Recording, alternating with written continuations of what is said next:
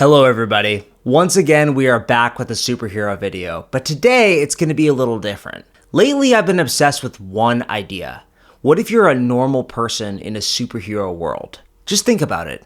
Broken families, people dying all around you left and right, terrifying villains kidnapping you in the night. And if you're lucky, a superhero saves you. They smile. Their hand is covered in blood. They tell you everything's going to be alright, but it's not. Living in a superhero world as a normal person would be terrifying. And in this story, I'll show you how. There's a place in the city that no one goes. But what's strange is it looks so inviting. Groomed green parks, comfortable wooden benches, statues made of solid gold. Every 3 days, they make it better. Sidewalks replaced, parks replanted, bushes cut, all to make the park more beautiful. But still, no one goes there, even though the grass is inviting. Even though the statues are worth thousands of dollars and are unguarded, no one goes there. But one day, a girl named Lena walks into it. She didn't think about why no one goes there. She didn't think about how dangerous the city was, how worried her family were when she said she was visiting Mega City. She walked towards the park and lay down on the grass next to a statue of a confident, muscular man with his chest towards the horizon. Mega Punch, the statue said. There was no other description, just the name. Lena was nervous. Everyone knew who Mega Punch was, most famous man on Earth. Everyone thought he would live forever, but he died last month. Maybe coming here wasn't the best idea. What are you doing? A mother dragged her 3-year-old daughter into the park, yelling at Lena, who had just started to lay down. Lena was confused. What? Is it not allowed? The mother just grabbed her hand and started pulling. Just come on! She pulled her towards the sidewalk, away from the park. Lena resisted, confused, but then the mother looked at her. Please! It's life and death. Lena got chills. What was happening? Lena changed her tone. She started walking, almost running with the mom and daughter towards the gate. I'm sorry, I'm not from here, They make it out of the park, onto the street. The mother sighed, picking up her daughter. You see that building up there? She gestured to the beautiful skyscraper above them, above all the others, at the center of the park. That's where superheroes live. Boom! The loudest noise Lena had ever heard. A flash of blue and red, and then blood. The park turned the color of blood. Lena didn't have time to scream before she saw black. Lena asked herself, am I dead? But then she saw a white hand holding her arm.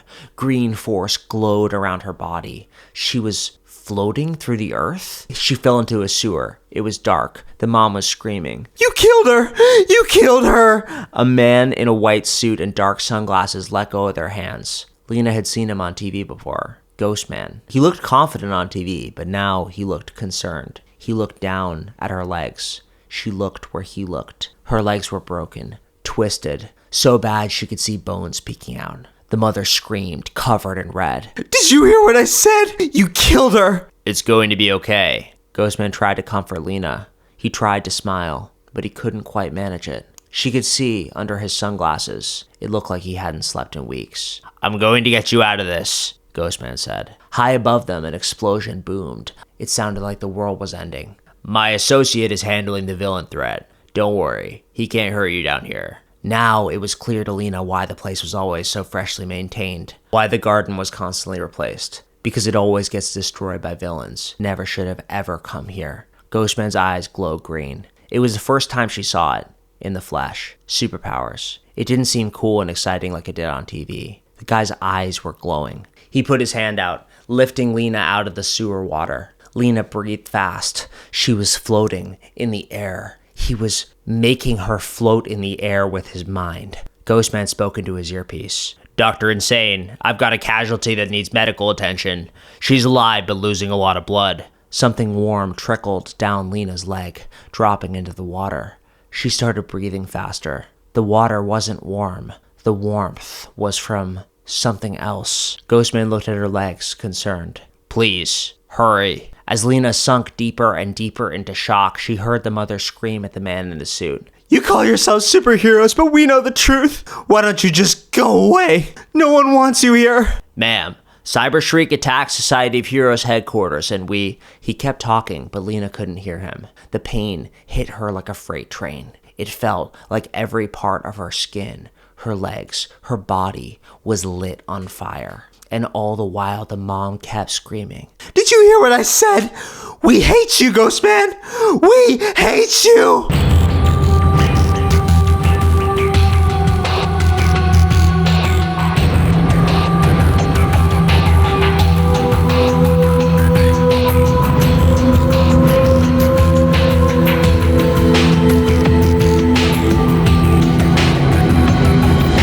The alarm beeped, louder and louder and louder. Jason didn't want to go to work today. He tried to keep his eyes closed 1 second longer. But the alarm kept beeping. Jason opened his eyes, revealing his disgusting, tiny apartment. He sighed. He brushed his teeth, looking at himself in the foggy, toothbrush-stained mirror. His feet hurt. He hadn't slept enough. He looked into his own eyes in the mirror. How did he get to this point in his life? "Daddy?" Jason changed his expression in an instant. "Hi, sweetie." His daughter, Jessie, was the only reason he was alive. Her mom was gone. Jason's parents were hung over in a trailer park somewhere. But Jason had Jessie, and Jason would never let her down. She was the happiest, most beautiful little girl in the world. "Are you ready for school?" "Yeah, Dad." "Great." He kissed her on the head. "Ew!" "I'll see you at 3. Don't miss the bus." "Bye, Dad." Jason smiled as she left the apartment. He made sure to keep the smile on until she left. He hoped she would get onto the bus safe. He hoped the friends she had at school were nice to her. He hoped. But he didn't have time to hope anymore. He had to make money. Jason put his blue vest on inside. Just 8 hours. 8 hours and he could leave. And Jessie would be home again. Mega Fresh Grocery Store was a great way to get fresh produce at affordable prices. It was also a nightmare and a graveyard of broken dreams for everyone who worked there. Long hours. Low pay. But it was a job. And Jason had a daughter. He scanned old people's groceries. He would be doing this for the next 8 hours. Beep, beep, beep. Have a nice day. Beep, beep, beep. Have a nice day. Clunk. A gold bar clattered onto the checkout counter. It was worth over $100,000. Jason looked up. A handsome blonde man in ripped robes smiled at him. He was familiar. Had Jason seen him before? The other cashiers, everyone at the store, they were terrified, staring at them. "Do you want to buy something?" The handsome man smiled, like the question was funny. "No." "What?" Jason looked at the man's hands. Wrapped around his wrists were bracelets made of bones. "What are you?" "Everyone in the store except me can't move." Jason froze. He tried to turn around, run for his manager, call someone, but he couldn't move, just like the man said. Somehow the words the man said came true. "Hey, Patreon alligator, not now." "No, the people need to know." "Need to know what?" "Jake posts 1 extra video every week on Patreon. Learn full lore, character origins, world building, over an hour of content for $7 a month. Are you done?" "No, for $35 a month, you can read the scripts the moment Jake finishes them. And if you pay $1,000 a month, Jake will help you with whatever creative project you're working on. Except your Wattpad smut, you disgusting degenerate." "Okay, that's enough. Back to the video. Link below." The blonde man stepped onto Jason's counter. "All of you do everything I say." It wasn't a question. It wasn't a command. It was a lie. But somehow, as soon as he said it, it came true. "You dance around like monkeys." Jason's body jerked like a puppet. He couldn't control it. Jason started dancing, swinging his arms over his head. He had no choice at all. The man laughed. "Oh, I miss this." Jason's eyes widened in fear, but his body never stopped dancing. He was moving faster, like a broken puppet. An old woman dancing in the crowd grunted in pain. Her body couldn't handle the dance, but she still danced. "You stop dancing." Jason stopped. The old woman collapsed onto the ground. She wasn't moving. Now. He put out his bone-wrapped hands over the crowd. Jason thought they were animal bones, but he recognized finger bones there. Human finger bones. "You wear the uniforms I like." Jason's blue vest melted away, shifting, turning into a bizarre purple and red medieval servant's outfit. Even though he hated his work uniform, this was worse. So much worse. Jason still couldn't move. He was trapped by some weird magic. The man's lies that came true. It was ironclad. Universal laws written for fun. What was happening? "I can fly," the handsome man said. Jason's eyes widened as the man flew above the aisles, looking down on the frozen crowd of early morning shoppers, now dressed in medieval servants' outfits. The blond man floated above the aisles, chuckling. "Now, repeat after me. All hail the Lion God." And Jason had no choice. All hail the Lion God? Jason's heart pounded. Superheroes and supervillains were something he saw on the news. Supervillain attacks were something he got numb to and prayed never happened within 10 miles of him.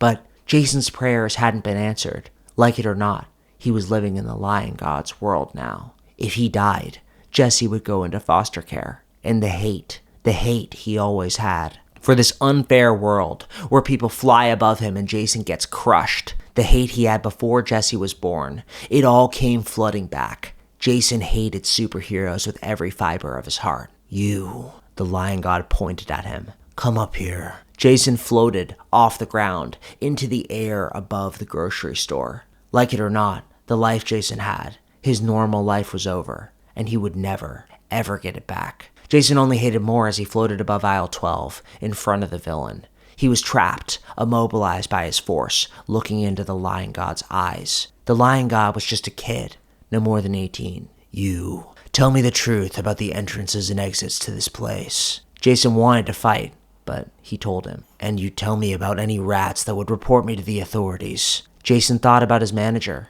Mr. Flores, now cowering next to the front register in his medieval clothes. He'd probably called the authorities already, who would have put the call up the chain of command to the people who deal with this sort of thing. The Society of Heroes. Jason hated them even more. Society of Late was more like what they were. Jason knew Mr. Flores had called. His lips wanted to move to obey the Lion God's command. He remembered meeting Mr. Flores' little son once. He was only a few years older than Jesse. Every part of his body wanted to rat on Mr. Flores, but he fought it. He had to answer his question, but rats. The Lion God had used the word rats. Something about the way he said it, the way the power affected him, gave Jason a loophole. Jason could tell the truth and keep Mr. Flores safe. "There are no rats who will call the authorities." The Lion God raised an eyebrow. "Really?" He clearly didn't doubt his abilities. He trusted Jason immediately. "Yes, no rats work here." The Lion God looked confused. "Rats. Dumb. He should know the limits of his powers. If Jason had the Lion God's powers, he would be rich, and Jessie would get every toy she wanted." He looked at the puzzling psychopath with bones on his wrists and felt a wave of sadness. Tears welled in the corner of his eyes. He thought about Jessie. Would he ever see her again? But then he pushed the tears down. He had to fight. Jason floated in the air. He moved his mouth, then realized he could speak. "Sir?" Jason said. If the Lion God found out he lied to him just then, he was dead. He had to keep going. The Lion God turned around. "What?" Seeing the intensity of his gaze, Jason wanted to tell him everything, to do anything he could just so he didn't die. But then, the hatred, how much he hated superheroes, stopped him. "Nothing." The Lion God groaned. Never mind. This power of mine can be pesky sometimes." And Jason exhaled, relieved. Somehow, some way, he could trick this superpowered monster. And if he could, it meant there was hope. Just a little. Thanks for watching. Part 2 of this story will be up next week. Bye.